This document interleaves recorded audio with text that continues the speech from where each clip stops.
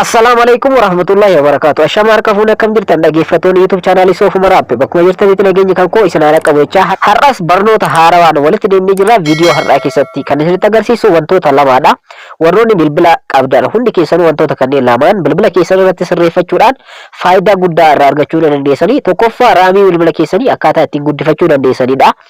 Egaa dhaggeeffattoota kan koo raamii jechuun bilbila keessan sadarkaa isaa yookaan kwaalitii isaa kan isiniif eeguudha, dandeettii isaallee kan guddisuudha. Fakkeenyaaf raamii xiqqaa namoonni bilbilli qabu dadhabaadha yookaan immoo sadarkaa ofiitiin hojjeta jechuudha. Raamii guddaa bilbilli keessan ni qaba taanaan immoo bilbila sun wantoota baay'ee hojjechuu isiniif danda'a. Keessattuu bilbila keessan irratti namoonni geemii adda addaa taphatan akkasumallee aappiiwwan meegaabaayita guddaa qaban bilbila keessan irra fe'uu barbaadan raamiin bilbila keessanii murteessaadha. Raamiin kana qofaa miti, saffisa bilbila keessaniitiif illee murteessaadha jechuudha dhaggeeffattoota kan koo. Egaa barnoota kana keessatti raamii bilbila keessanii akkaataa ittiin guddifachuu dandeessan isinitti agarsiisa. Kwaalitii bilbila keessaniitiif baay'ee tokko barbaachisaadha raamii bilbila keessanii guddisuun. Lammaffaa irratti immoo kan isinitti agarsiisu yeroo heerfoon itti fayyadamtan sagalee bilbila keessanii xiqqaa yoo ta'e akkaataa ittiin guddifachuu dandeessanidha kan isinitti agarsiisu. Yeroo heerfoon itti fayyadamtan sagaleen bilbila keessanii xiqqaa yoo ta'e sagalee sana ol kaasuu akkaataa ittiin dandeessan yookaan akka isiniif dabalu akkaataa ittiin gochuu dandeessanidha.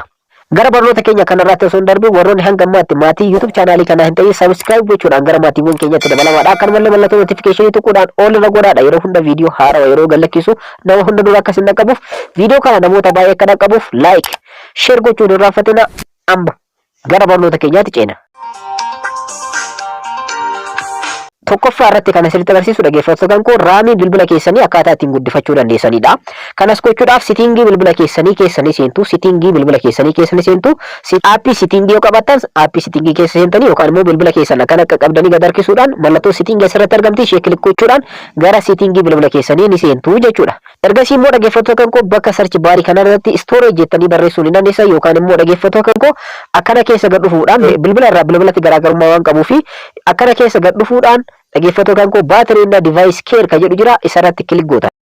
Egaa bakki amma itti argamu dhaggeeffattoota kan koo baatirii inda device care bakka jedhamudha. Egaa haala kanaan akkana gad dhuftanii dhaggeeffattoota kan koo raamii bilbila keessanii guddisuudhaaf waan ta'eef storage kan jedhu jalatti memory kan jedhu jira. Memory kan jedhu irratti kilik gootan.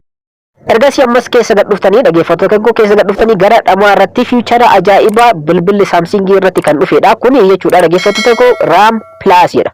Raamii keessan itti eddaadhaa isiniin jedha. Kanaafiyyuu RAM Plus kan jedhu kanarratti kilik gootan.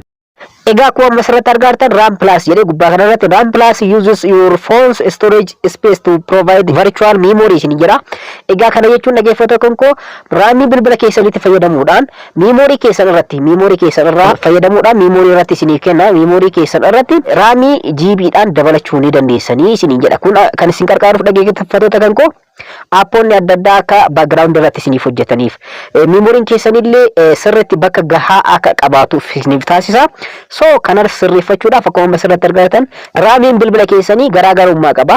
Raamiin GB 2 ta'ee jira, raamiin GB 4 ta'ee jira, raamiin GB 6 ta'ee jira, 8 ta'ee jira, 12 ta'ee jira. Garaagarummaa qaba. Bilbila dandeettii bilbilaatiin garaagarummaa qaba waan ta'eef ana biratti 2 4 6 GB jedhee naa dhufee jira.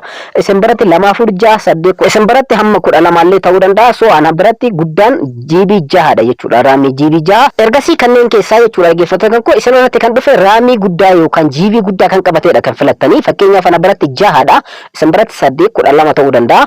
Kanneen keessaa filattan jechuudha. So ani GB 6 isa guddaa kana filadhee jira. Isarra erga gootanii booda restart phone isiniin jedha. Bilbilli keessan banee akka cufu godhaadha isiniin jedha. So dhaggeeffattoota kan koo bilbilli keessan restart kan jettu kana kilik gootan raamiin bilbila keessanii dabalee isiniif dhufaa jechuudha. Kanaafiyyuu restart kan jedhu kana kilik gootan bilbilli keessan cufamee ofuma isaatii of banaa jechuudha. Akkuma amma asirratti argartan dhaggeeffattoota kan koo bilbila kan koo irratti restart godhinaan jedhaa jira. Restart kan jedhu kana yoo tuqu jechuudha bilbilli kan koo ofuma isaatii cufee ni banamaa jechuudha. Restart kan jedhu kana irratti kilik godha. Ergasii akkuma asirratti argartan bilbilli kan koo cufamee jira jechuudha. Ofuma isaatii of bana. Yeroo kanatti dhaggeeffattoota kan koo raamiin bilbila kan kooti bilbilli kan koo of banee yeroo dhufutti naaf dabalaa jechuudha. Akkuma asirratti argartan bilbilli kan koo ofii isaatii of cufee of banee jira. Paatarnii bilbila kan kootiitiin nan bana. Ergasii keessa seenee raamiin kun GB'n isaa eda'ame moo hin eda'amne kan jedhu wajjin ilaallaa jechuudha keessa seenee. Egaa amma dhaggeeffattoota kan koo raamiin bilbila kan kootii kun eda'e moo hin eda'amne kan jedhu ilaaluudhaaf asirratti dhaggeeffattoota kan koo akkuma asirratti argartan sitingii keessa ni seentu. Ergasii bakka sarchi baarii kanarratti dhaggeeffattoota kan koo storage yookaan immoo storage inda device care jedhuudhaan barreessuu ni dandeessanii bakka search bar kanarratti already settingin kun bilbilatti garaagarummaa waan qabuuf searchidhaan illee argachuu dandeessanii yookaan immoo bilbiloonni akka kan kootti isiniif dhufe akkana keessa gad dhufuudhaan dhaggeeffattoota koo battery inda device care kan jedhu kana click gootanii ergasii immoo gara battery inda device care settingii kana keessa ni seentu ergasii kana keessa gad dhuftanii memory kan jedhu jira memory kan jedhu irratti click gootanii ergasii immoo dhaggeeffattoota koo akkana keessa gad dhuftanii isiniif haamanu ni eegdu ergasii akkuma masarratti argattan RAM plus asirratti 4 ture duratti GB 4 ture amma 6 naaf ta'ee jira jechuudha dhaggeeffattoota koo akkuma duratti GB 4 irra ture amma 6 naaf ta'ee jira 2 naaf eda'ee jira jechuudha dhaggeeffattoota koo haala kanaan dandeettii bilbila keessanii dabaluu ni dandeessanii RAMiin bilbila keessanii quality qaba yookaan dabale jechuun dandeettiin bilbila keessanii screeniin bilbila keessanii ni daddafa wantoonni isin hojjettan hundi bilbila keessan irratti ni daddafa kanaallee geemiiwwan adda addaallee gurguddoo ta'an bilbila keessan irratti fe'uudhaan taphachuu ni dandeessan wantoota barbaadan live irratti kubbaa ilaaluu ni dandeessan kanaaf isin qarqara gara lammaffaatti haa ceenu lammaffaa irratti dhaggeeffattoota koo heerfooniidhaan yeroo fayyadamtan heerfooniidhaan yeroo fayyadamtan jechuudha sagaleen bilbila keessanii gabbu'aa yoo ta'e akkaataa ittiin sirreeffachuu dandeessanidha kan isinitti agarsiisu egaa settingii bilbila keessanii seentu ammas ergasii immoo dhaggeeffattoota koo sound in the vibration kan jedhu irra click gootanii yookaan immoo bakka search bar kanarratti click gochuudhaan sound in the vibration jettanii barreessitanii search gootanii isiniif dhufa isa irra click gootanii jechuudha warroonni akka kan kootti isiniif dhufe sound in the vibration kan jedhu kanarratti click gootan ergasii immoo dhaggeeffattoota koo kana keessa gad dhufuudhaan dhaggeeffattoota koo gara dhumaa irratti sound quality in the effects kan jedhu jira sound quality in the effects kan jedhu kanarratti click gootanii egaa ergasii gara dhumaa irratti dhaggeeffattoota kan koo adapt sound kan jedhu jira isarratti click gochuudhaan egaa keessa seenuudhaan sirreeffatan jechuudha kana keessa gad dhuftanii dhaggeeffattoota kan koo kanneen keessa filannoowwan afurtu argama tokkoffaa off irra ta'ee argama yeroo hundayyuu kanaafiyyuu kanneen keessaa tokko ni filattu irra caalatti garuu over 60 years old kan jedhu kanarratti yoo filattan baay'ee murteessaadha sababni isaas